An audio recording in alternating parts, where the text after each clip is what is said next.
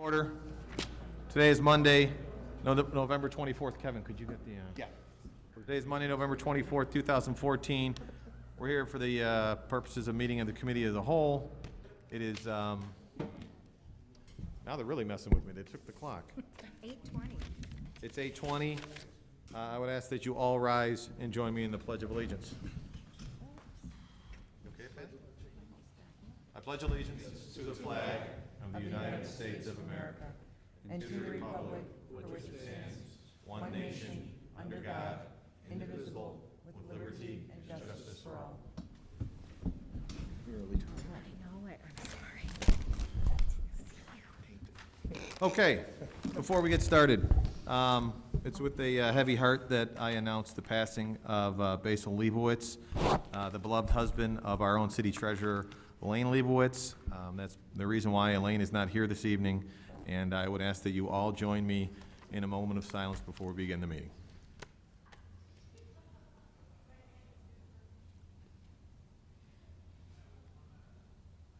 Okay, our thoughts and prayers go out to the family. Clerk Spencer, please call the roll to establish a quorum. Gutenkopf. Here. Deuter. Here. Dunn. Here. Leader. Here. Polumsky. Here. Graham. Here. Toledo. Here. York. Here. Levin. Here.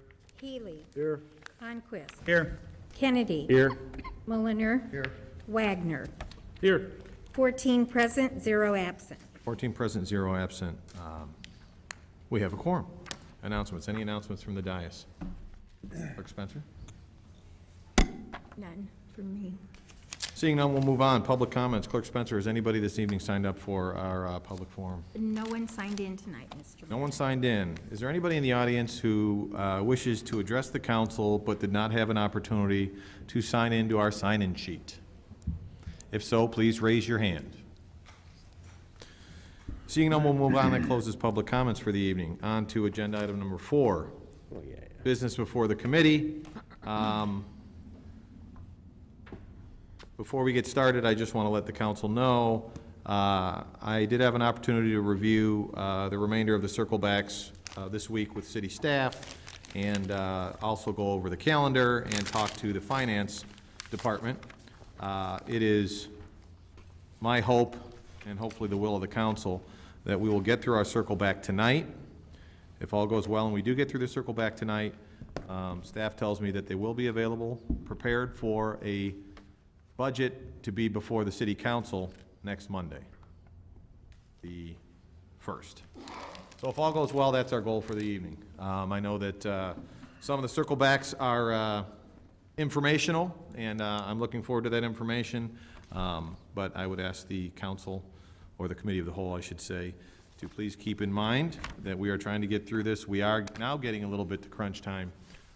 We have 2 more scheduled city council meetings before the end of the year, and I think I speak for all of us when I say I really don't want to squeeze in a 3rd one out of necessity.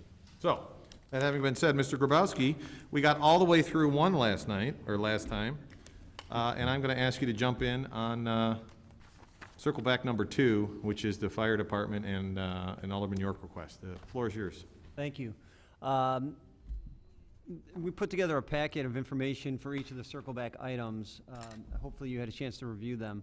I know, as the mayor said, there were some that were more informational with questions, others that will probably generate some discussion tonight. I think this is one of those where perhaps there's some discussion. Alderman York and I have had some conversations. I know he's talked with Chief Bassiter. So there were a number of pages of information on the vehicle, and so I would just ask Alderman York if he has further questions. Alderman York, any questions as it relates to this, or anything you want to add? Well, I just have so my intention tonight will not result in making a motion to change the budget. I've had numerous and substantive visits with Chief Bassiter and Deputy Chief Ansowitz and a bunch of city staff, and about many things related to the budgeted acquisition of a ladder truck in 2015. I'd like to thank them, and also Alderman Deuter, for taking the time to look at a little more critically at all the elements that go into a decision like this. I've also talked with Chairman Wagner and Alderman Honquist about this budget item, and I feel at this time that the best decision will be made through collaboration between city staff and elected officials via the committee vetting process.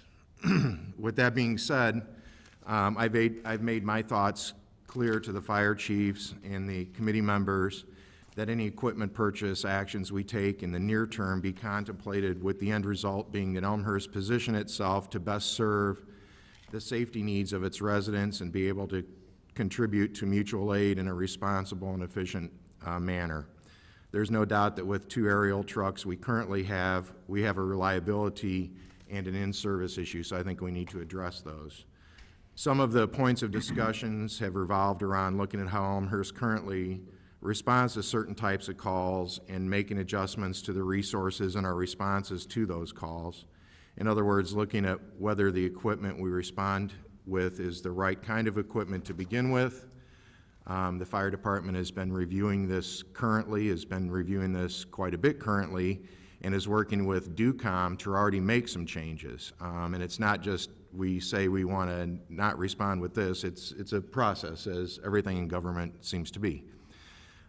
We also discussed working with potential vendors to submit requests for quotes that incorporate more than just one vehicle where possible, for a purchase and make the delivery dates separate, so maybe we can pick up some savings in regard to purchasing equipment in 2 budget cycles. We can plan and let our vendors know accordingly. And that's especially relevant since we have a squad replacement budgeted in 2016 for, I think, $600,000 or somewhere along those lines. This could result in savings for Elmhurst. In talking with the chiefs, it was discussed that if only 1 aerial truck were in the future for Elmhurst, we would need to make sure that we have trucks that are able to support the equipment needs, be the toolbox that Chief Bassett has referred to, and be able to provide the required services in lieu of one of the aerial trucks being out of the picture. These are just a few of the examples of discussions that we've had over the past couple weeks. 4 to 7 years, I realize, is a long time to look into the future. Chief reminds me of that every time we meet. But thinking ahead presently will allow us to make good decisions today, decisions that will put us in a position to possibly change the way Elmhurst delivers critical services to our residents and to our neighboring communities in the form of mutual aid. I look forward to the council consideration of the purchases of fire equipment in 2015. Thank you. Okay, well said. Any other questions or comments? Seeing none, I'll ask City Manager to move on. Thank you. The next item was a question that Alderman Gutenkopf had about the trackless machine and replacement of that. I think the larger answer to the question is we use it in more areas than just the city center, as demonstrated in the information. We did talk with the city center staff about the possibility of their contractor doing it. It doesn't seem to make sense for that right now. It's certainly something we can consider into the future, but at this point, we would recommend replacing the machine. Okay, so that was, the city center uses their own trackless whatever? No, actually, their contractor. Or they have a comes in contractor. after a certain amount of Contractor. snow by contract, knowing that we would do the first pass early in And the were we morning. doing double duty or not? So the answer is, we use it somewhere else. But Alderman Gutenkopf, you're the one who pulled this. Does that satisfy your question? I just have one additional question. So since this one trackless snow removal device is used in several business districts, what's the priority? How do you decide which one goes first? I'm going to ask Mr. Killian to come up and help me out with that one. We actually have 2 of the machines that we use throughout the year. This is a replacement of one of them. But we do concentrate on the central downtown here, and a lot of the areas that are also done are actually picked up on the way to and from, because we do drive the piece of equipment in a lot of cases. So instead of trailering it here, they do pick up some of these intersections as they're coming to the downtown or on their way out. And then do you do the parking decks after Parking you've decks done are the usually done downtowns? at nighttime, Oh, when we're okay. doing the nighttime cleanup. Thank you. Okay, any other questions on circle back number 3? City Manager Grabowski, number 4. Next is pavement striping, and this is something that Bob Hole and I have had some discussion about, Alderman York and I have had some discussion about, and as we move forward in trying to be a more bike-friendly community, this is another step in that. If you recall, we've put up signs on a lot of the key bike routes in town to indicate to vehicles that they remind them to share the roadway with bicycles. And I think this is another step, is what we're looking at. You can see from the memo that it seems to be pretty costly just to do a test on that. We have not programmed that into the striping in with the issue being we wanted to look further into it to see what additional liability the city may have on that. So if it's something that we want to look at as kind of, and we would recommend a test program on Poplar, for example, if we wanted to move forward with that, but you saw the cost on that in attachment G. Alderman York. Thank you, yes. Thank you, City Manager. We have talked about this, and I think basically, and I agree, the signs are great. Sharrows are, Sharrows is a short term for shared lane marking, and it's on the pavement, as you described. And it's a method, besides the signs, that brings attention to the fact that bicyclists will be on the road as well as automobiles. And I know I discussed with Bob, and I think we discussed with you, I think a pilot program would be great, and I don't think that we need to dedicate the $20,000 that you alluded to on a Poplar. I think, from what I understand, the Sharrows, and we can verify all this, are about $150 each, and to do a pilot program, say, for example, along 3rd Street, where the streets are narrow enough to preclude a bike lane, it raises awareness of motorists that bicycles may be on the pavement as well, and having a Sharrow at each intersection, if you will, kind of reminds motorists that there could be bicycles, to be alert for bicycles, and something along those lines at $150 a piece would be more like a $2,000 to $3,000 investment to get, to get that into our community and have it become a familiar sign to motorists. So if we could make any steps in trying to accommodate some of that, and within the budget, I'd certainly ask that we try and do that. And I've got some information I'll drop off for you after the meeting too. So. Okay. Any other additional questions or comments on Sharrows? What? On to agenda item 5, or circle back 5. That was my request. I just wanted an update on where we were on hacking our way through the Emerald Ash Borer and where we are with our ash tree removal plan. City Manager Grabowski. Nothing to add to that. What? I have nothing to add to that. We had the information in there. Nope, I got it. I have no more questions. I appreciate the information. Okay, moving on, the legal department, Alderman Bram had a question about retainer versus hourly. We did put an explanation in the memo on that. Alderman Bram, if you have further questions, we're happy to answer them. Alderman Bram. No further questions. I guess from what I read, the summary was that city staff feels that the current system without utilizing a retainer is appropriate and we should continue going forward. And if that is a correct summary of the response, I have no further questions. I think that is. That is. Number 7, Alderman Mulliner had a request. Yes, number 7, this is one of those requests that I think will generate some discussion as to whether we want to move back into animal control, perhaps not. But we include some information. Just as a background, number of years ago, we did have an officer who was primarily animal control. We decided not to do that any longer and to work out an arrangement with a trapper who charges what we consider a very reasonable rate, and we included that in the information, letter I. That officer, that community service officer, was basically repurposed to do administrative tows and actually has done quite well with that, and that's somewhat of a revenue generator for the city. When we work with that, we're expanding the administrative hearing process, and we anticipate that officer to be further involved with that. But if this is something that the city council would like us to approach, we can certainly do that.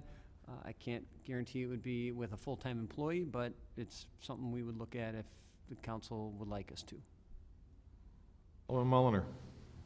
What I'm going to request is that we put this into a committee, and I'll put it into a referral, and have the Public Safety Committee review this, not with the concept of it necessarily being a full-time employee, but potentially with maybe doing a contract with the trapper who we have, and maybe we do the contract with them rather than just being a situation where we say this is the lowest price. So I'd like us to look into it and have the committee look into it. So at this point, let's just leave it for this year as far as I'm concerned, but let's, for next year, start looking into this, and I'll put a referral forward for public safety to kind of look at some options that I have. Thank you. Any other comments or questions? Okay, Mr. Grabowski? Thank you. Next were two items under IT. One, Alderman Healy asked about partnerships with registration primarily. I think we answered that, and I think it was discussed a little bit at the museum discussion. He's shaking his head. The next was the proposed electric sign on the Palmer Drive underpass. There was a memo included in the packet, and Alderman Gutenkopf had asked about that. We think that it would resolve a couple of issues. One, the ability to get more signs up more often.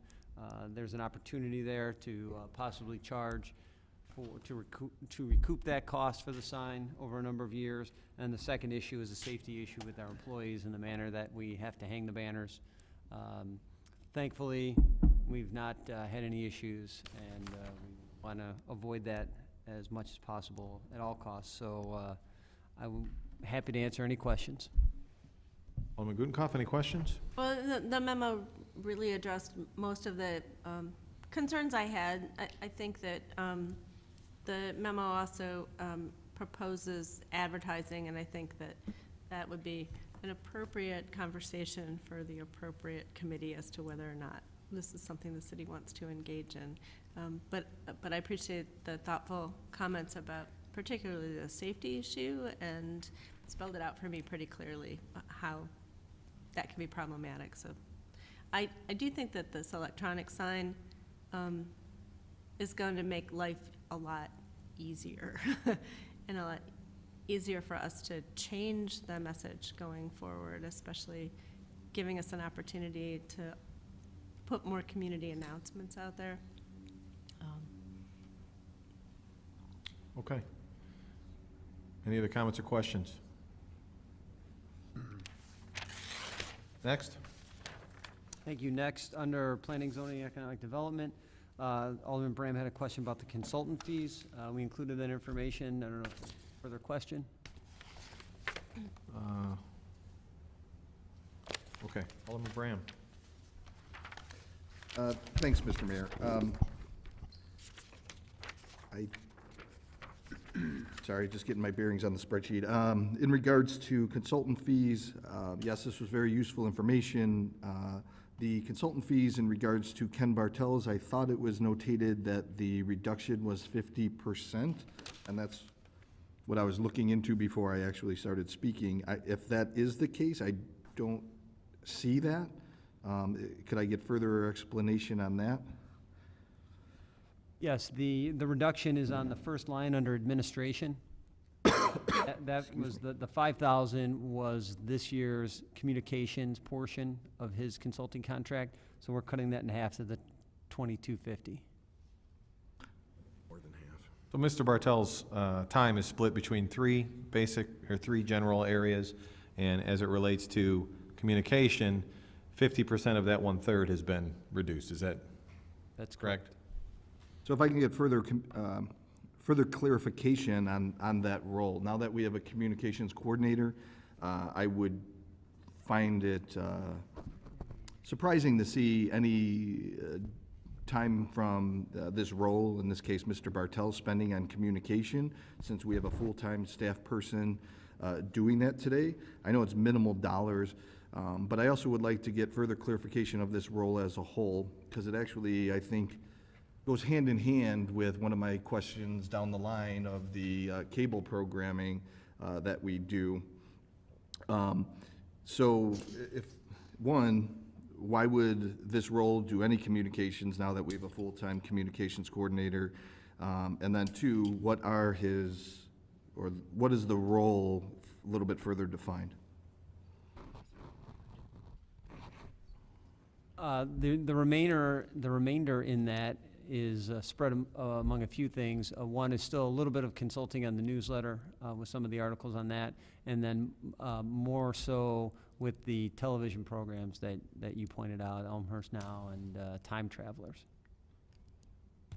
Okay. And the other parts of his role is obviously the museum.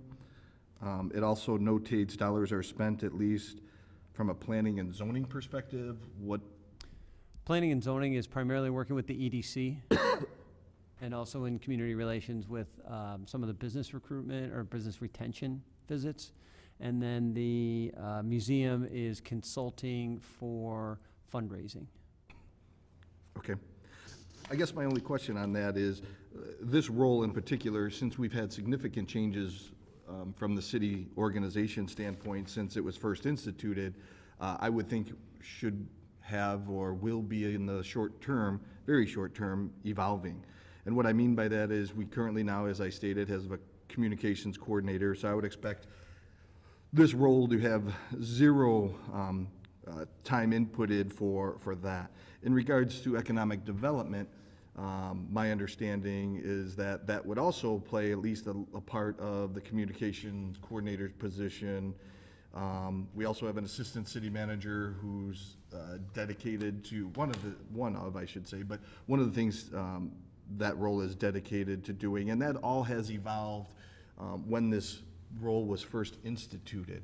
So I would have liked to have seen, or I would have expected to have seen, this role to be greatly reduced, and greatly reduced meaning a museum perspective only at this point, since we have full-time staff taking over the other tasks and responsibilities that this was initially intended for. Okay. Go ahead. I was just going to say. That's just your comment. I mean, all of our consultants are on a one-year basis, and their contracts and their roles go through committee. So certainly there'll be more opportunity at that point as well to get into some of the details if you're looking for that, Alderman Brand. Well, true. I mean, you could say that about any item that we're talking about tonight. But I guess I'm just looking for an understanding on why we feel this budget item shouldn't be significantly reduced moving forward for the 2015 year. I'm sorry, Alderman, I'm looking for an understanding on why with the. Why isn't it less? Yeah, why isn't it less from the perspective of we have significant organizational changes since this role has been instituted, and why are we primarily keeping it the same other than a $2,500 reduction? I think you described it well in your comments when you said evolving. That is something that we will work with throughout the year. There's still a referral for the marketing and communications portion that we're working on, and some other communications items as we work through everyone in the manager's office as to how that's going to evolve. So not knowing that right now as we work through it, we did put in a slight reduction for this year. Doesn't mean that we'll necessarily spend it all, as I think we've shown in past years. So we would ask that the council consider that, and as the mayor pointed out, we'll be talking with the DPZ committee on part of those roles and continue working on that. Alderman Gutenkopf. One comment and one question. My comment is that I do believe that part of the museum money is also dedicated to developing the strategic plan, and I didn't want to let that slip. And my question is, when does the contract come before committee for discussion of exactly what the consulting is going to be for 2015? Mr. Van Slyke and Mr. Bartel's contracts expire November of 2015. The current contracts expire in November. Okay, thank you. And Okay. I would also just like to point out that the budget was reduced by 42,000. Yes. Without the marketing person. Okay, true. Any other comments or questions? All right, let's move on. Mr. Grabowski. Thank you. Next, Alderman Levin had asked about putting some funds in for either a revision to the comprehensive plan or review of the comprehensive plan, and I would defer to Alderman on that. Thank you. You know, we've had a number of important developments come through the committee and the Zoning and Planning Commission, and there's a common theme that underlies what we hear, and that is that, well, some of them, like Providence Bank, we hear, well, this is what the plan has, but the zoning isn't there. Some of them we hear, well, and particularly the downtown ones, that the plan isn't clear, that it hasn't been updated. As we just went through the Han Street piece of the project, or a piece of the Han Street project tonight, and there are questions about what the density is supposed to be, what was talked about. We've had discussions about where, being a transit-oriented development downtown, or pieces of it. And I feel that since 2009, when we went through the downturn, we really haven't put much into planning, and we really need to pull it together for both the planning and the zoning portion. We've heard criticism saying that the zoning commission acts on things without any planning mode. I've talked to people at the planning commission, and they really say, well, we don't have any staff to do it. So I think that, and they're actually by ordinance supposed to update the plan every 2 years. I've asked Assistant City Manager Kopp what it would cost to take on some sort of consultant to advance the planning, particularly for the downtown, so that we can get the plan updated, so that we can get public input, so that we can decide, again, renew, I should say, our planning for what our downtown's supposed to be, because it is evolving, it's different, and then get our zoning ordinances in sync with that. I think there's also a cost component by not doing it. All of these applications that come through, whether it's Wilder Crossing or whether it's Addison Street or Han Street, each one is a fight because it's a matter of, it's always an exception, it's always a variance. And if the plan turns out to be that it's supposed to be what it is and not change, then that should make things clear. If it's supposed to be that the downtown vision has evolved to something else, then the zoning and the plans should reflect that. Originally, I thought this would be, hey, what's the protest here? Oh, I thought What did they the say? plan would be to spend something on the order of $100,000, but and I'm not just pulling out of thin air, I think that based on what Assistant City Manager Kopp has said in some conversation I had of my own, that I'd like to put $150,000 in the budget to be used in the contractual line under planning and zoning to allow for additional planning to go forward. Technical problem. Sounds like some disagree with you, Alderman Levin. I know, it's, maybe they're agreeing, I don't know.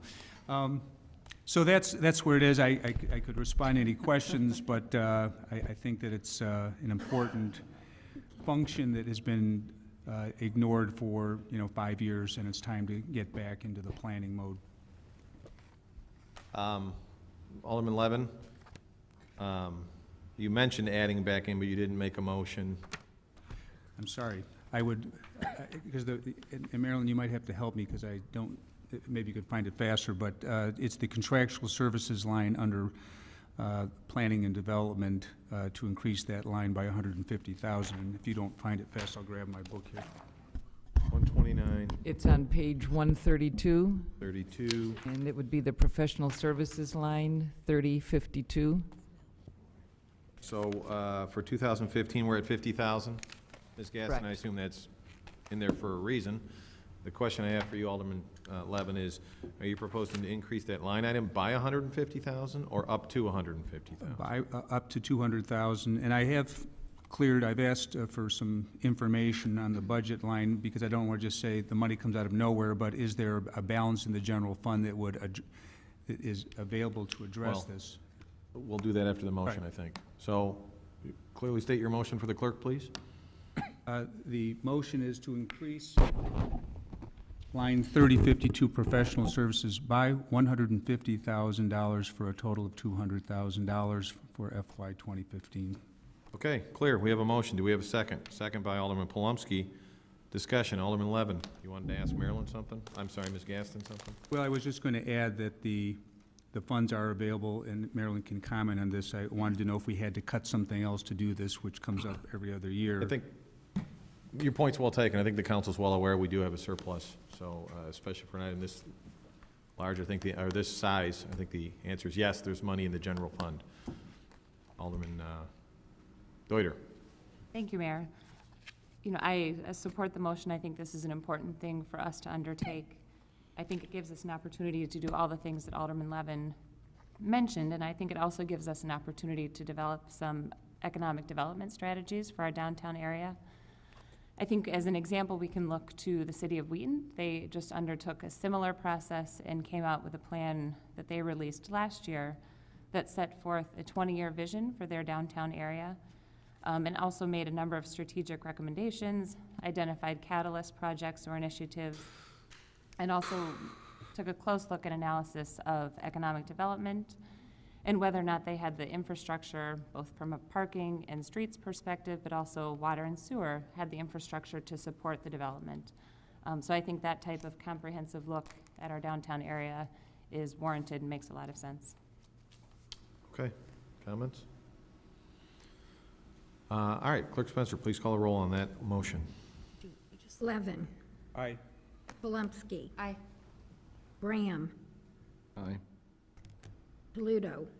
Aye. York. Aye. Healy. Aye. Conquest. Aye. Kennedy. Aye. Mulliner. Aye. Wagner. Aye. Gutenkopf. Aye. Deuter. Aye. Dunn. Aye. Leader. Aye. 14 ayes, 0 nays. 14 ayes, 0 nays, motion passes. I would ask staff to adjust the budget accordingly, and looking forward to updates out of DP&Z. Next, City Manager Grabowski. Thank you. The next, I believe, was informational. Just to refresh the council's memory, Alderman Kennedy had asked about the anticipated surplus declaration by way of TIF 1. That's due to the 2004 intergovernmental agreement that we have, and so we're happy to answer any questions. Okay. One question before you get started, Alderman Kennedy. As I'm reading this, City Manager Grabowski, is the surplus that's indicated, is that surplus for all taxing bodies, or is that just District 205? Just for clarification. That's all taxing bodies. Okay, I wasn't sure that was clear.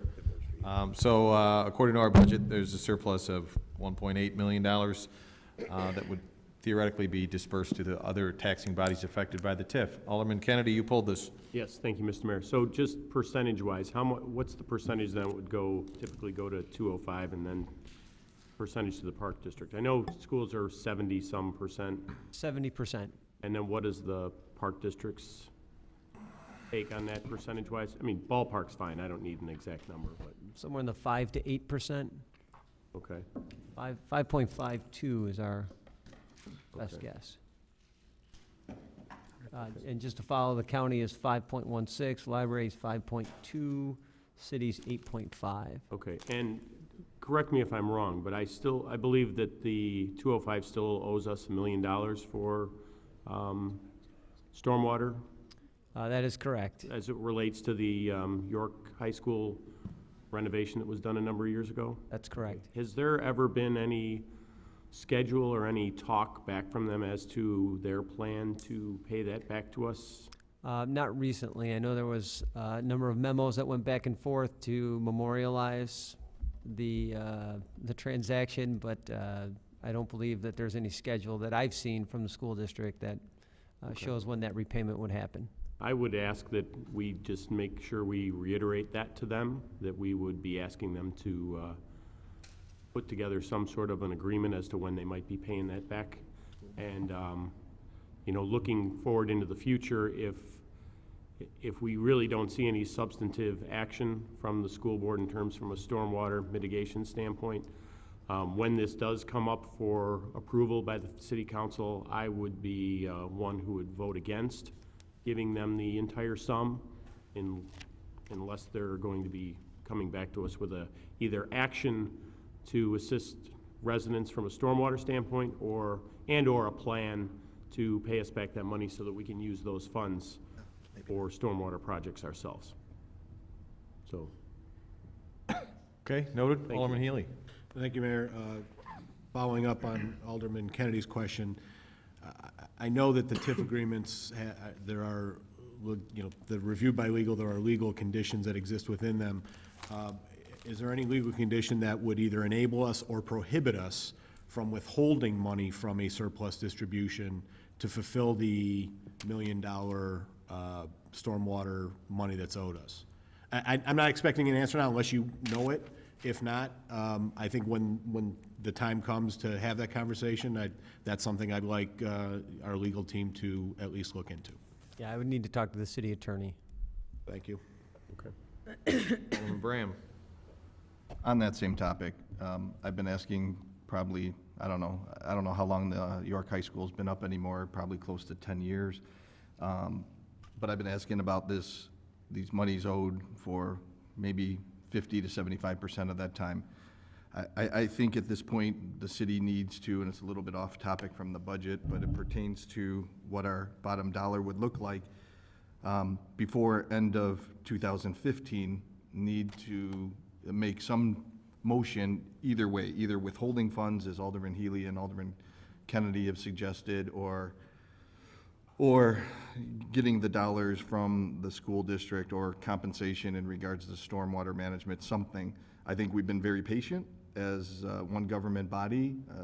Close to 10 years or somewhere thereabouts is significant, and I think it's time for the city to draw a line on this item, so. Okay, noted. Any other comments? Alderman Deuter.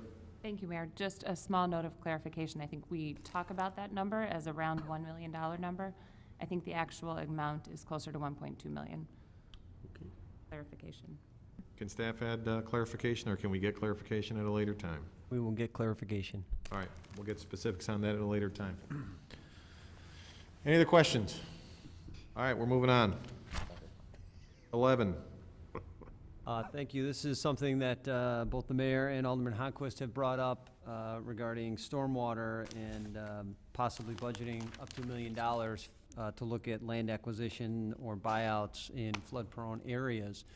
So we're prepared to do that if the council so chooses, and we've identified where it goes and a potential revenue for it as well.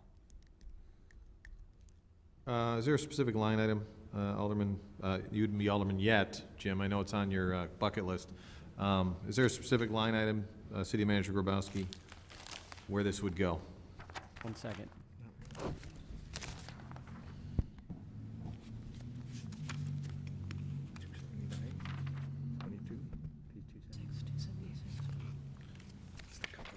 That would be page 279.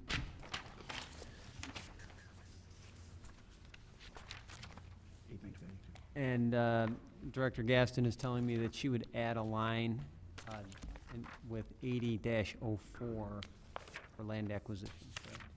80-04. Yes, so we would add that. So under capital outlay, or would it have its own? Yes, correct, under capital outlay. Okay.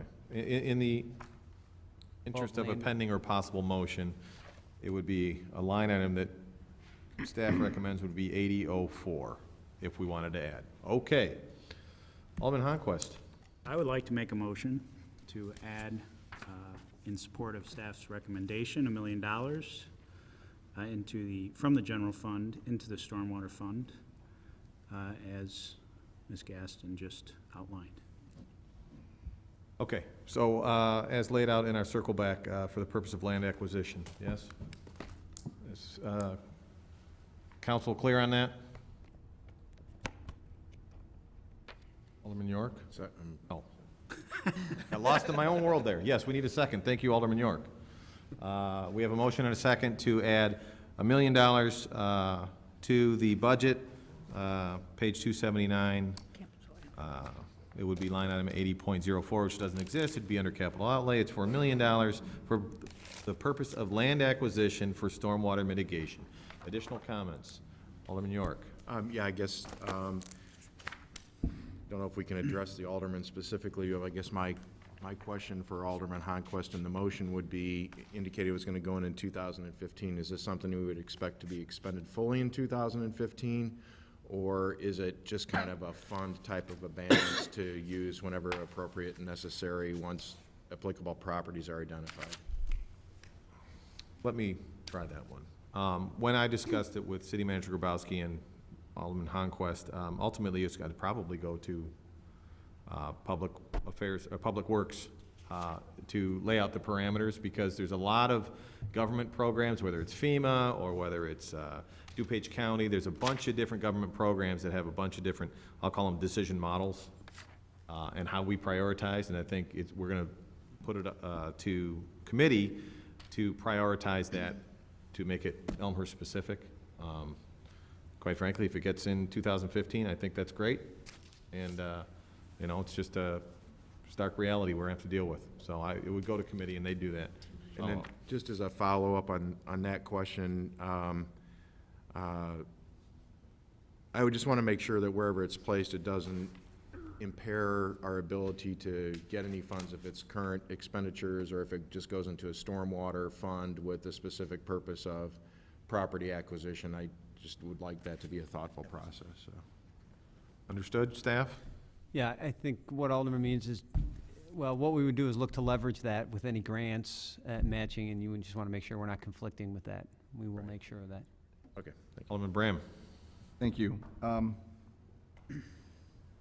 I guess conceptually, I agree with the motion. I know the Public Works Committee has already discussed this on a couple occasions, not in depth as of yet. I know various aldermen have discussed this topic. I guess, though, we keep going to this well of there's money in the general fund, 200,000 there, 1 million here. If this moves forward, what would be the current balance of the general fund after approximately, not to the penny, but approximately after $1 million withdrawal? Well, we had a surplus of about 3.6 last year, and I know that part of the ongoing discussions about any surplus and possibly levies are happening at finance right now. Are you in a position to share future, or is 3.6 a good number to answer the question? We are looking at page 101. 101. Budget.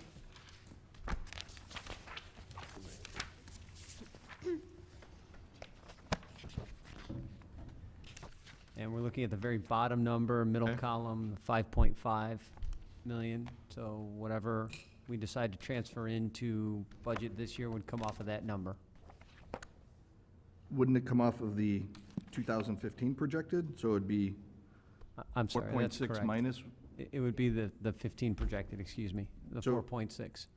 Thank you. So it'd be 4.6 minus what is proposed is 1 million for this, the 2 million, or 2 million, 200,000 for the previous motion that was passed, correct? Actually, I think it's I think it was 150. 150? The line item was increased to 200. He's trying to outbid me. Yes, that's the answer, Alderman Bram. Thank you. Alderman Healy. Thank you, Mayor. Just like to remind the council that currently before the Finance Committee, they were reviewing a referral from 4 of us that asked them to look at allocating the surplus funds that we were just discussing, 4.6, 5.5.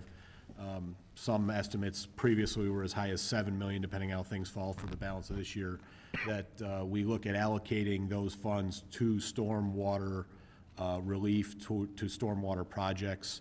And that's still before the Finance Committee, so I know they still have some work to do. Chairman York has been keeping me in the loop. But when we made that referral and considered those funds, those of us that made the referral, this is exactly the type of project, I mean, exactly the type of project we had in mind when we put that referral forward. I look at this as a obvious next step with everything else we're doing for stormwater. actual acquisition by the city to get some of these homes, these chronically flooding homes that seem to get hit often, get them out of the stormwater problem, and then use that space potentially to retain water, possibly detain water, I think is right in line with where we're going as a committee, as a Public Works Committee. Alderman Bram said it, we've talked about it before, so I wholeheartedly support the motion. I think, you know, with some of the things Finance is talking about, the money will be there as we intended it to be. Thank you. Alderman York. Thank you. And just to further clarify, City Manager Grabowski hit it right on the head. Our fund balance is about projected to be about $19 million, and our range is between $14.5 million and $11 million. So what the $14.5 million is a really good place to be, and the $10.5 million is a good place to be. So we've got flexibility in that range from, you know, 4.6 million to 8-some million dollars, so. Okay. Everybody's aware. Question or comments as it relates to this? Alderman Toledo. Thank you, Mr. Mayor.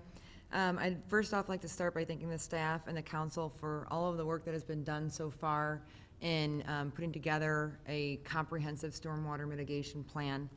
I'd like to take the opportunity tonight as a newly appointed Fourth Ward Alderman, a ward that many of you know has its fair share of flooding issues or challenges. I'd like to take this opportunity to voice my support for a comprehensive and an ongoing and continued efforts behind the comprehensive stormwater management plan. In fact, I'd like to state that being part of driving a solution along these lines was one of the reasons that motivated me to apply to be an alderman in the first place.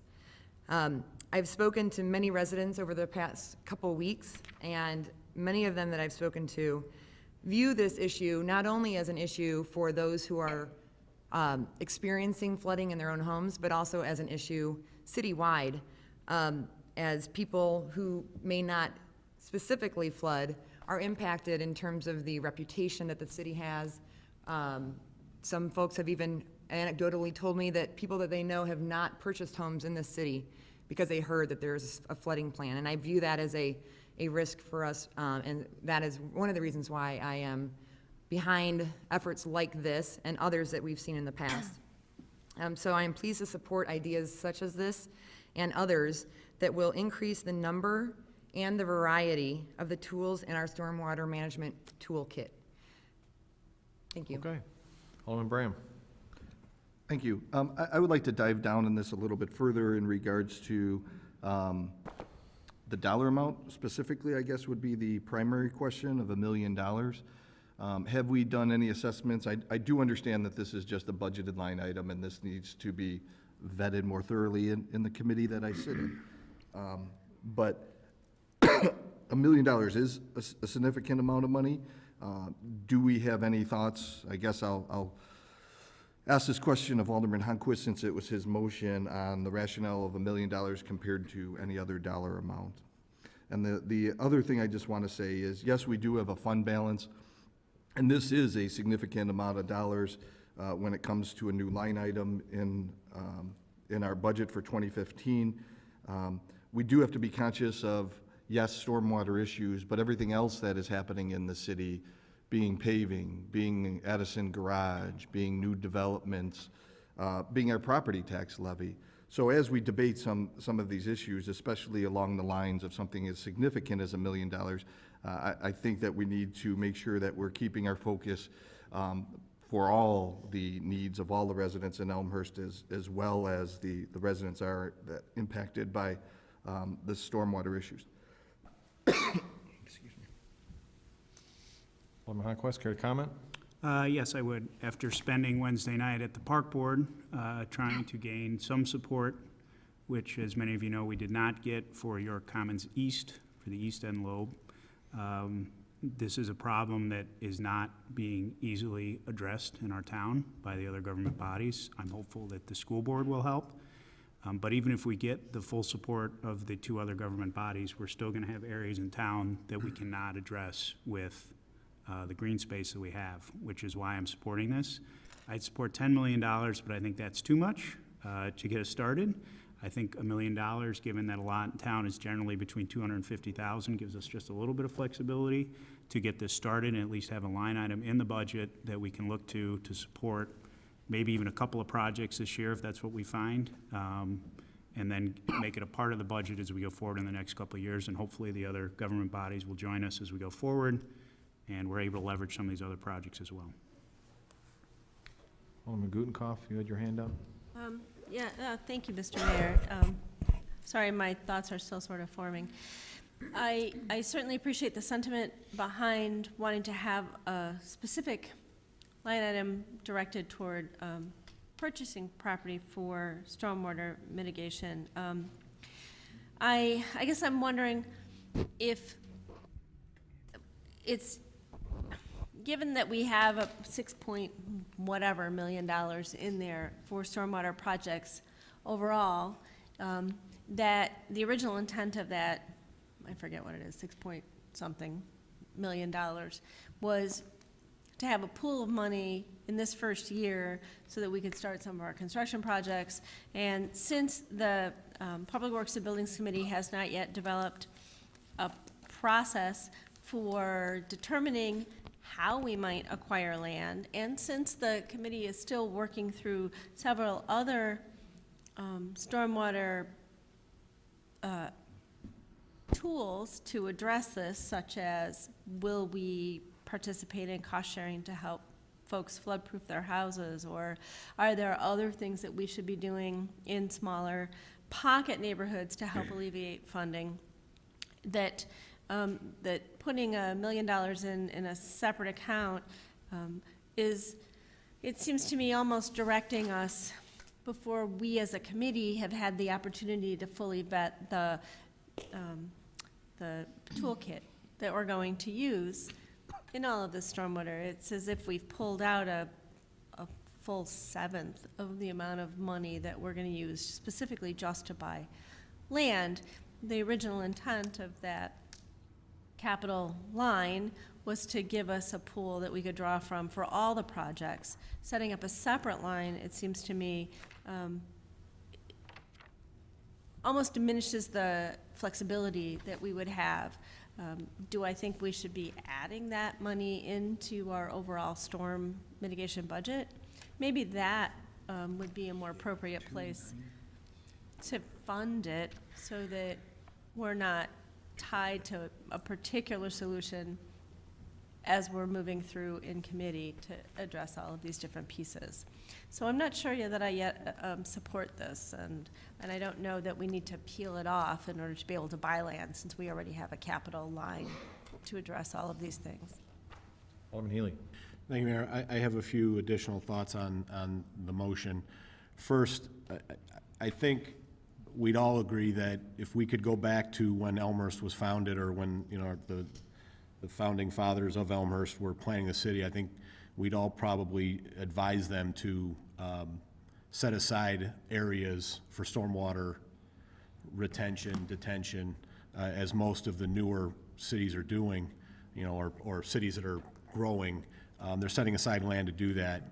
We don't have that luxury of setting aside land like that. So this, to me, is like the next best option: acquiring land, get homes out of the floodplain, or out of flooding, you know, just eliminate the problem of a particular house flooding, and then set up some potential detention. So I think it's an obvious next step.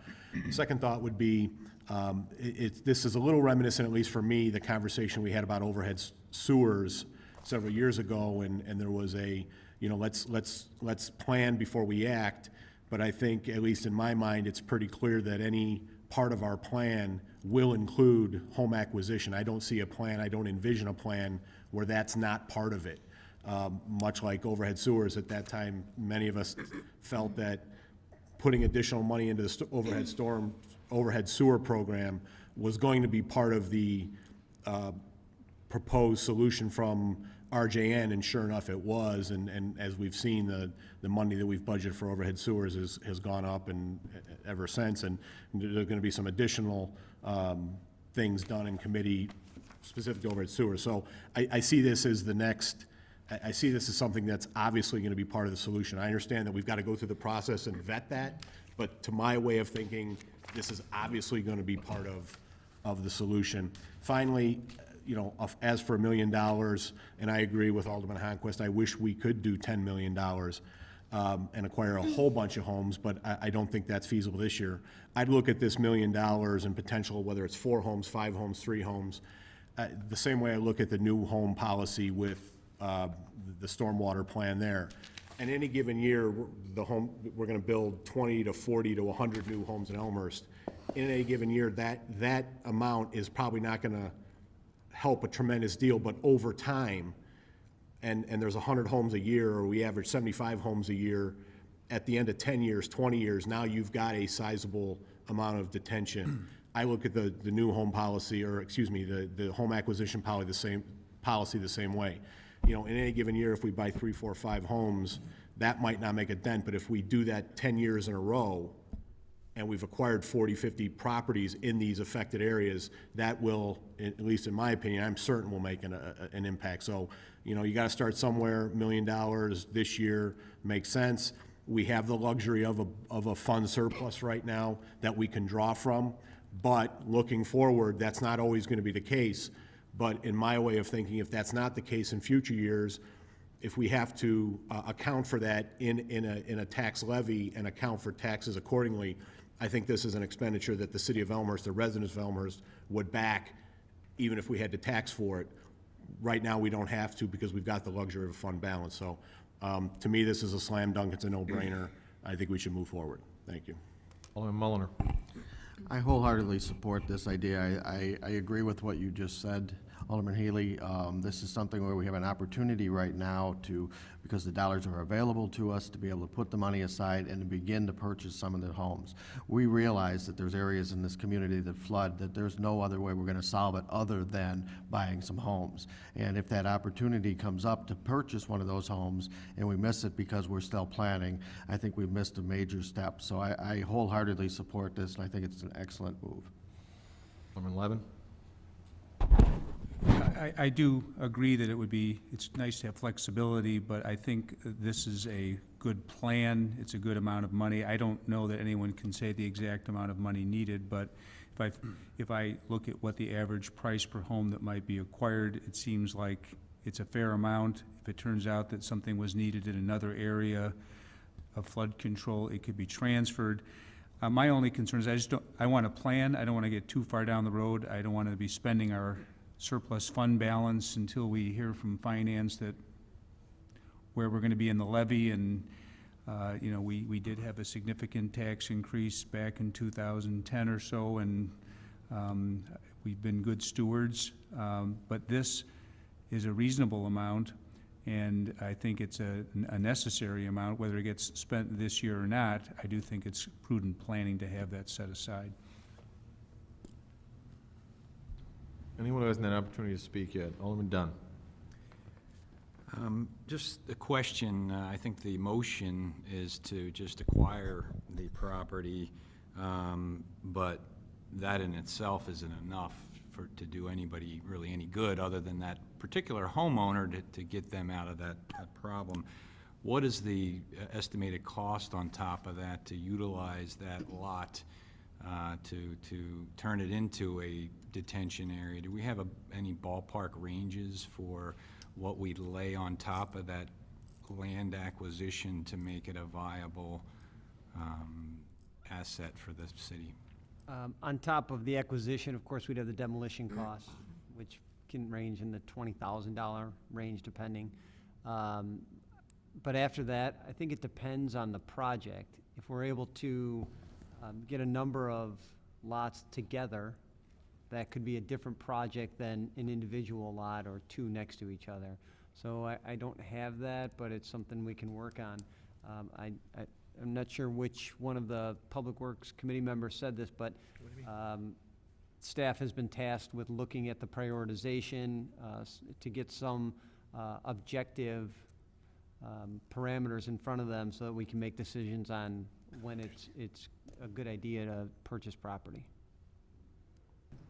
Just a follow-up. I know the city has done that in the past. We've purchased homes In particular, in North Growley Woods in the Second Ward, there's some properties that I'm told were purchased many, many years ago that were problematic. Does anyone know how we handled that purchase and then the improvement of the lot in that particular instance?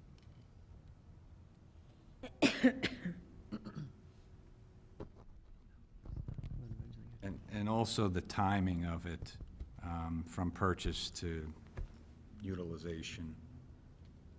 I think that's something we'll have to get back to you on as far as the North Growley Woods properties, as to how that was done and what the outcome was.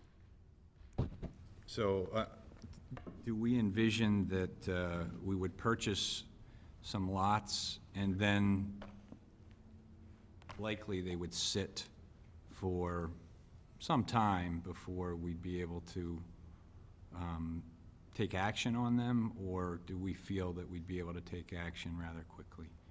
Let me jump in. Alderman Dunn, I've had some conversations with staff and also Burke Engineering on this. And what City Manager Grabowski said is accurate, which is each individual area, if you will, is unique. So, and I'm sure, you know, at some point, some of this speculation we have is stuff that'll get ironed out in committee. So, for example, if there's 2 homes that are available for sale, you know, I think, and we negotiate to purchase one, but we haven't negotiated to purchase the other, or we think it's going to come up for sale anytime soon, I think that's a consideration that we would have.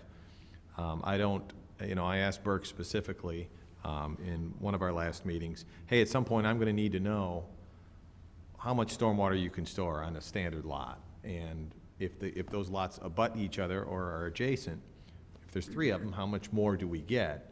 So I think your questions are good questions, but the question of, are we going to tear down a house and dig a hole, some sort of detention, right away, I think there's factors. Each instance is going to be unique. You know, it might be a big lot where it makes sense for us to go in and dig a hole right away.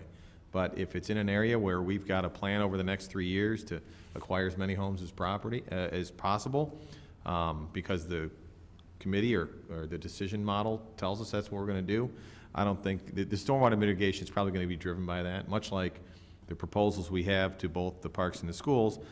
They're the most cost-effective options that we think, and I think that same level of thought will be added to not only the acquisition, but how quickly we turn around and use that for mitigation. That's as far, and I've had several conversations with Burke about that and some about staff, so I'm just sharing the thinking that's gone so far. Beyond that point, I think a lot of this rests, if this goes before, if this passes, some of those specific questions will be answered by committee. So I hope that answers your question. Yeah, it does. I just wanted to make clear that obviously there was other additional costs in addition to the acquisition costs that we need to be prepared and plan around. Thanks. Anyone else who hasn't had an opportunity? Any other comments? Alderman Gutenkopf. Thank you, Mr. Mayor. I think Alderman Dunn's questions illustrate my point that while I completely believe that the city should be considering buying properties, I believe that we will be buying properties. We've obviously done it in the past. I think all of these are arguments for why this should be combined in the land improvement stormwater budget, the line that we already have. And so I move to amend the motion to add the proposed $1 million to line 8022 on page 279 for land improvements for stormwater, to give us the ultimate flexibility so that should we want to spend more than that $1 million, now we've got a budget line of 7.8 million. Should we need money for other projects? Now Let me stop you there. Let me just shorten your motion to clarify. Motion to amend the motion before us. Motion to amend and add the $1 million instead of creating a separate line item. Motion to amend line item 8022 from 6.8 to 7.8. Good? Yep, that's second? the motion. Do we have a second? We have a second. Alderman Bram. It's in the same realm, so I'm going to assume conversation's going to maybe bleed back and forth. Any comments or questions as it relates to the motion to amend?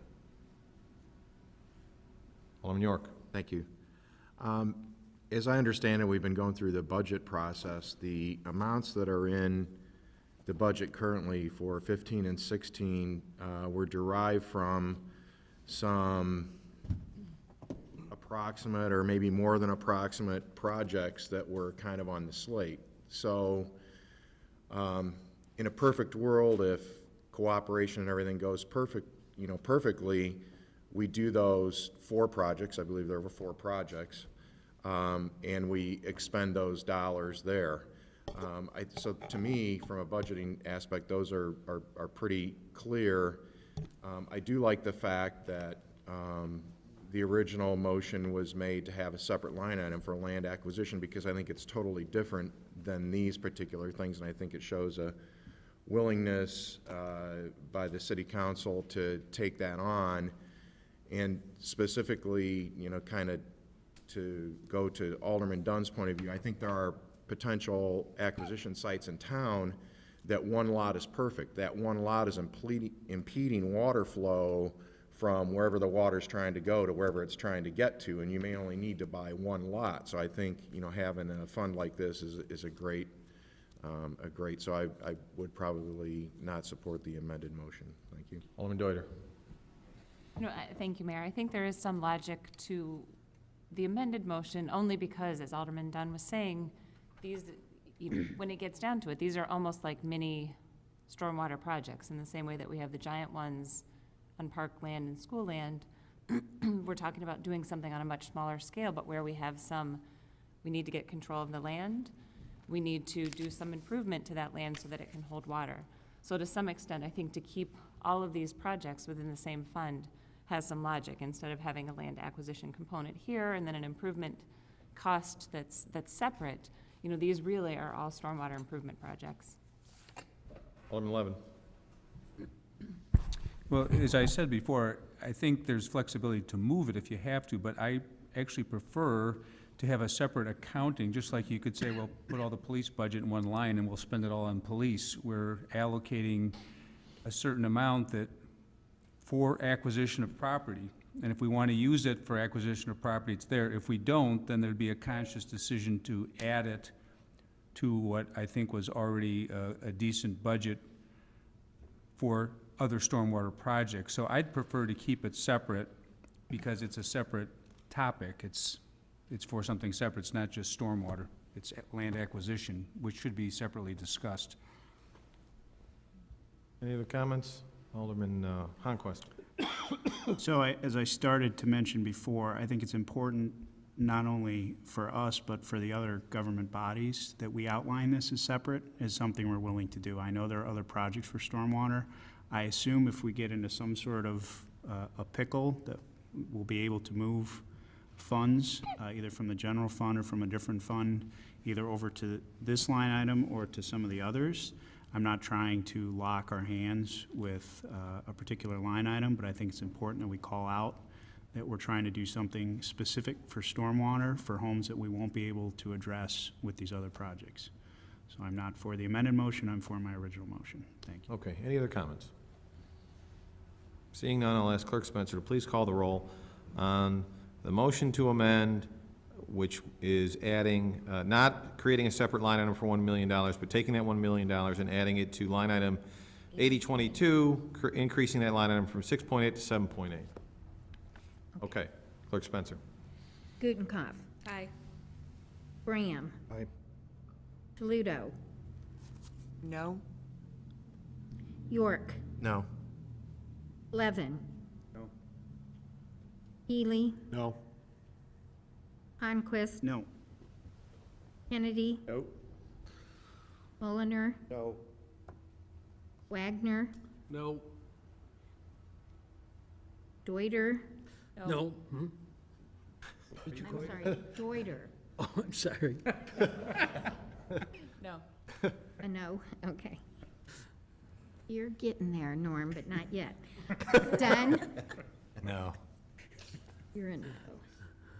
Leader. Thank you. No. He only gets one. Okay. Only one. Palumski. No. All right, it looks like 2 ayes and 12 nays. 2 ayes, 12 nays, motion to amend fails onto the original underlying motion. Any other comments or questions as it relates to our underlying motion, the main motion before us? Seeing none, I'll ask Clerk Spencer to please call the roll. Honquist. Aye. York. Aye. Levin. Aye. Healy. Aye. Kennedy. Aye. Mulliner. Aye. Wagner. Aye.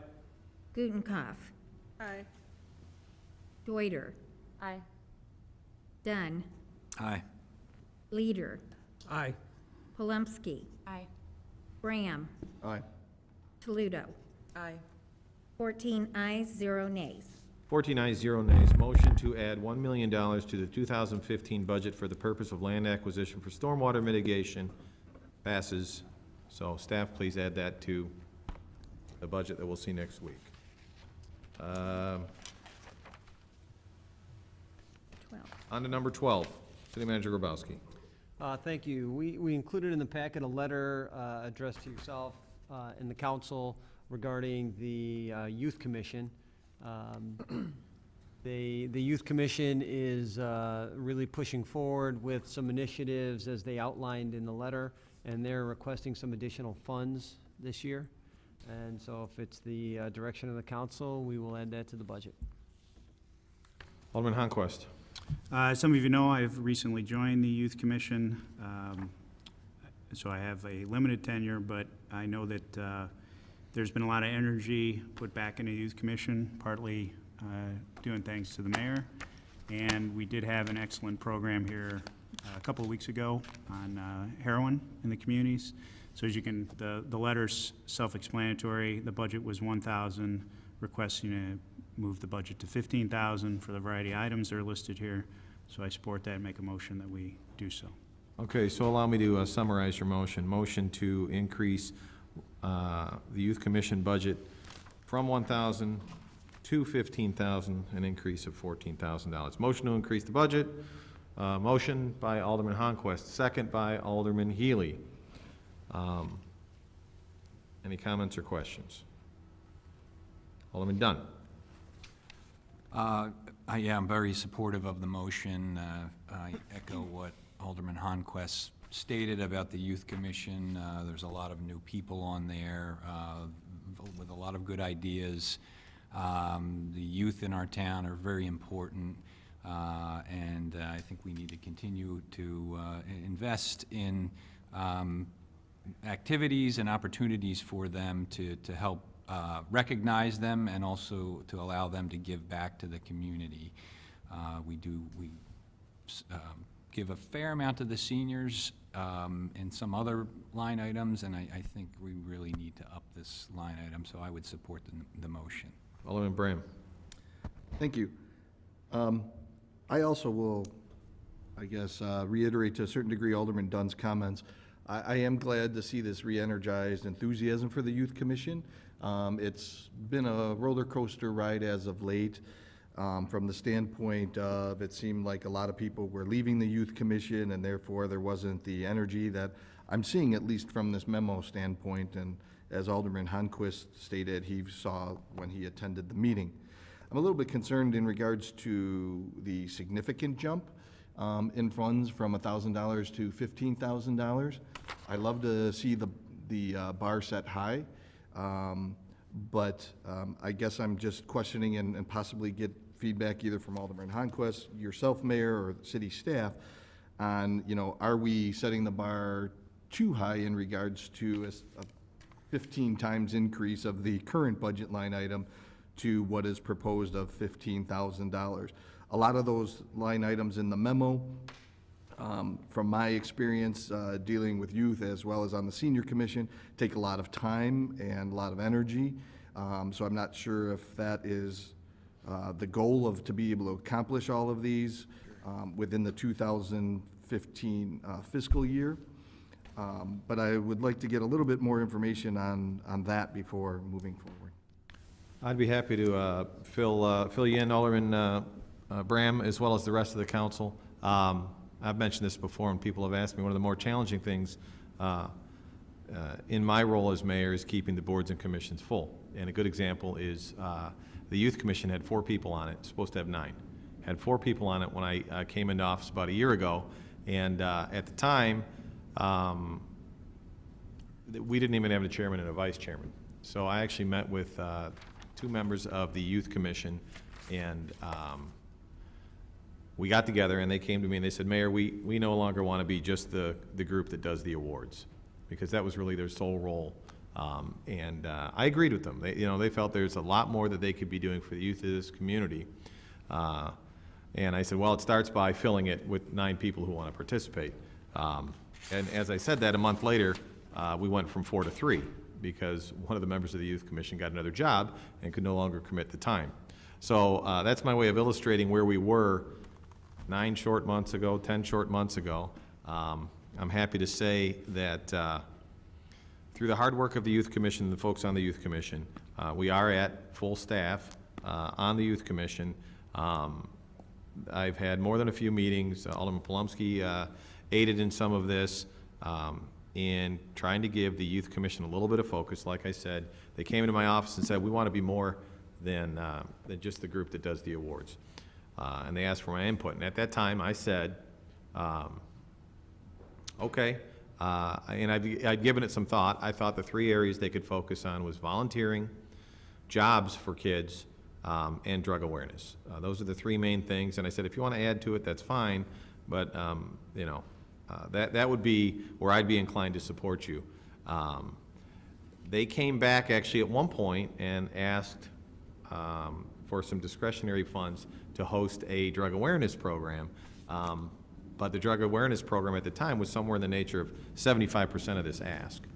So I sat down with them again and I said, well, I think you're kind of doing it wrong in that sense. I appreciate the effort, but I think if you truly want to be an effective youth commission, you need to kind of break it up and not spend everything on one event. In addition, I also encourage them to partner, find as many partners as possible so that they could stretch their budget dollar. And in fact, that's what they've done. So not only did they break out the intent of what they're doing, and they have a full staff, much like we say things go to committee, they've got a full commission that will vet this stuff, but they've had more than a few meetings on how they broke up their funds. In addition, I would point to, let's say, their most recent drug awareness program event that they had at Superior, and they got a couple of sponsors, and that was a great example of they used maybe a couple $1,000 or $1,000, whatever their number was, but I know that the cost to pull that together was 3 or 4 times the amount. So that's just a little perspective of where they are. It's been a lot of work, like I said, to get them up to full speed, and then not only that, to redirect their thinking and try to make it impactful. So those are the numbers. I mean, I don't personally think it's too far out of line, but, to each his own. But that's the thought process behind it, Mr. Bram. Thank you, Mr. Mayor. Any other questions as it relates to the Youth Commission and the motion before us? Seeing none, I will ask Clerk Spencer to call the roll on the motion to increase the Youth Commission line item from $1,000, $14,000 increase, so that it will be $15,000. Conquest. Aye. Healy. Aye. Kennedy. Absent. He had to leave. Oh, okay. Kennedy's absent. Okay. Mulliner. Aye. Wagner. Aye. Gutenkopf. Aye. Deuter. Aye. Dunn. Aye. Leader. Aye. Polumsky. Aye. Graham. Aye. Paludo. Aye. York. Aye. Levin. Aye. 13 ayes, 0 nays, 1 absent. 13 ayes, 0 nays, motion passes. Youth Commission budget increased to $15,000. On to circle back number 13. City Manager Grabowski has a question by Alderman Bram. Yes, thank you. There was some question as to, I think, what exactly this line item captures, and so we detailed that in the memo, and then I think there was some additional questions about viewership, and we're happy to answer any questions. Alderman Bram, you had this on circle back. Thank you, Mr. Mayor. Yeah, and the city manager covered my concerns. I guess when I was, as I stated, when I made this a circle back, when I was reviewing a older city council meeting, I also noticed these other programs that are listed on the web, on YouTube, being Elmhurst Now, being the Time Travelers, et cetera. And really, I didn't see any viewership. Not literally zero, but there were some of these programs, if you will, that had single-digit viewership. So I was questioning, the reason why I made it a circle back item is questioning on the need by the community of having such programs going forward in the 2015 year and going past that. I do understand that it could be viewed on cable, but it doesn't seem to be that there is much interest by the general Elmhurst public to view the programs as they are now from a general sense. There's definitely differences between parades or a high school event versus a one-on-one discussion with Mr. Bartel. So there was different levels of viewership, but I would like the city staff to kind of comment on that, what they view is the need in going forward these programs in general. City Manager Grabowski? Well, as Alderman pointed out, that the viewership is not just on the internet, but on cable as well, via the three networks that we send this out to. I was just asking Director Gaston as far as the citizen survey, what kind of questions we ask about this. I think that might be an appropriate way to kind of gauge interest in how we do that in the next citizen survey. But in the meantime, we can take a look at viewership via at least the numbers that we have on YouTube and try to assess where we can make some improvements. And perhaps it's more advertising, getting the word out about these shows, because I do think that they provide some benefit to the community. Thank you. I think the citizen survey is an excellent idea. One way to kind of get some candid feedback on this item. I know in the grand scheme it's small, but if we're investing time, paying a consultant to run some of these programs, to the time to videotape these programs, et cetera, I think we should periodically review them, and a citizen survey is definitely one way to go about it. So, thank you. Any other comments? Seeing none, dare I say we're on the last one of the evening. City Manager Grabowski. Visitor and Tourism, Alderman Gutenkopf had a question about our community grant program. Yes, and I would just add that attachment N in the paper version was a single page, but on board docs was 3 pages. Alderman Bram had asked for some expanded information the last, I believe, 3 to 5 years information on the community grant. We're happy to answer any questions. Alderman Gutenkopf? Thank you, Mr. Mayor.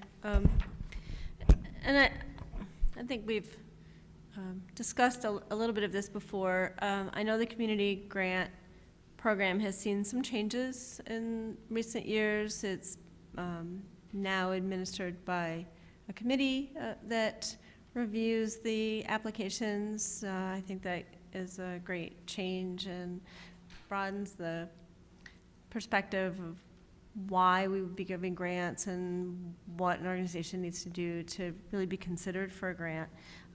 The reason I bring it up is kind of the same reason that I'm always challenging us to look at the impact that the city funds are making community-wide, and challenging each of the grant recipients to share with us as a condition of receiving the grant how that impact, what their impact is and how they're measuring it.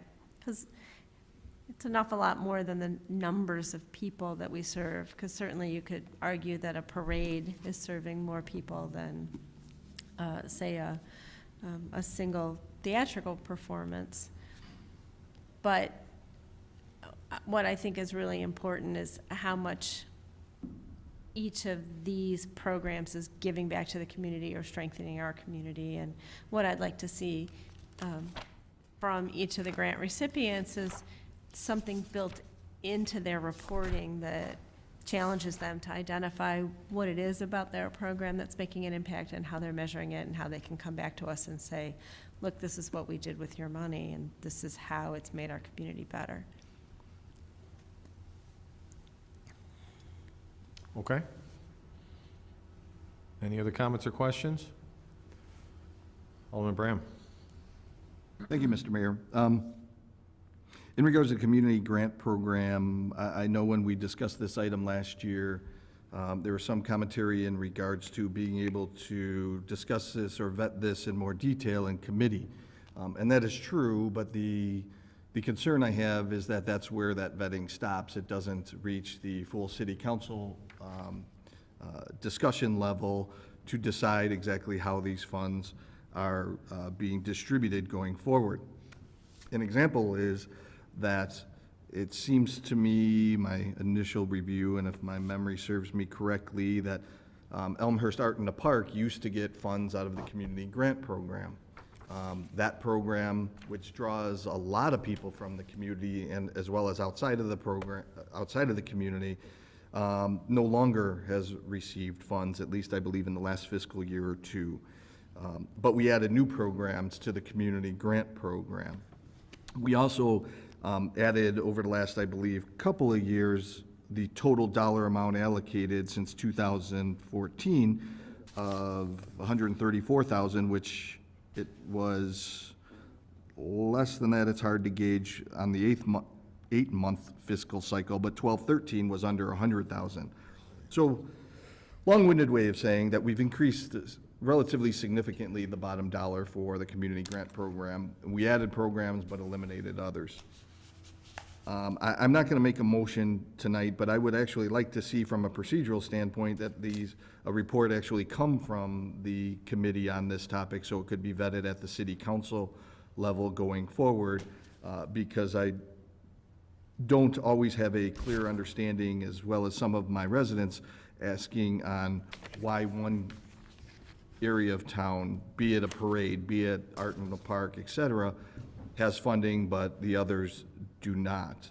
How do we cut funding from X but add funding for a brand-new program? So I don't know if this needs to be a formal request or a referral, but I would like to see the review of this, the distribution of funds for the community grant program going forward to actually make it to the council, city council, and be vetted and voted on. Okay, a couple of things as it relates to that, to the two comments. One is, being a previous member of the Finance Committee, I do know that I believe community grant recipients are invited to come and make their pitch or make their case. In addition, I can say that without exception, I believe everybody on this list actually does provide the information that I know Alderman Gutenkopf is seeking. So I certainly think that's something that can be summarized. So, you know, when it comes to, let's say, Lizadro or Memorial Day Parade, I know we get correspondence back and forth. Thank you for your efforts. We're trying something new this year. This fund's going to go to X, Y, Z, or we appreciate your continued support. You know, as it relates to the St. Patrick's Day Parade, our insurance went up and we will be applying this money to X. So, you know, anybody who's listening, every disbursement on here, there's a back and forth between the individual groups, and I think it's something that we can summarize in the committee, that the council can see. In addition, I know that the committee itself does entertain when it comes to those large dollar amounts, whether it's the Art Museum or the Elmhurst Symphony individually. And the last thing I'll say is this is something that I include in a lot of my speeches as I go around town. What makes Elmhurst so great, Elmhurst is truly greater than the sum of its parts. And when you look at these individual parts, whether it's the museum or the cycling classic or the symphony, you add that all up and it just doesn't get to 100, it gets to 110 or 120. It really is what makes Elmhurst great, and I think these are things that the taxpayer appreciates. You know, they pay their hard-earned dollars, but they have a fantastic town to live in. So that's my statement on that. The other thing I'll say is this line item actually was, I want to say way back when, it was about $215,000, about 6-7 years ago when we ran into some tough times. So we're actually building it back up to other levels, and I think it's fortunate that we're in a position to do so. Alderman York. Thank you. I think you summed up quite a few things. Just for the procedural point of it, first of all, these are all funded with hotel motel tax dollars. So, you know, this isn't necessarily in a tax levy. In fact, it's not in a tax levy. This is money earmarked out of hotel motel tax that goes to this. Secondly, we put a line item budget as, a line item in the budget for the total of this, but then we, as a committee, review this annually, and the documentation that you see in front of you tonight is available on board docs prior to the committee meeting, and it's on our agenda so everybody knows what we're talking about and when we're talking about it, and then once it's settled upon in a committee, if we make any changes or whatever to it, it's reflected in Marilyn's minutes as business of the committee and is available for any scrutiny at that point in time. So I think the information is out there. We'll certainly look at it and see if there's a better way to get out there, but the information is out there ahead of time for you to make comments on, so, thank you. All right, great. Alderman Bram. Thank you, Mr. Mayor. Just last comment. I agree the information is out there. I am not refuting that fact at all. I guess what I am requesting is that once a decision is made by committee, I think it should be reviewed and debated upon by the full city council. I appreciate the staff giving me the history breakdown that I requested for this. And the mayor was accurate when he said the $211,000 in years gone by. But I guess procedurally, I'm just looking for this to be vetted at a council level moving forward. Thank you. Any other comments? We don't vote on it. Seeing none, I'll entertain a motion to adjourn. Motion by Alderman Mulliner, second by Alderman York. All in favor? Aye. Opposed? We're adjourned. Thank you very much. Well, meeting's over.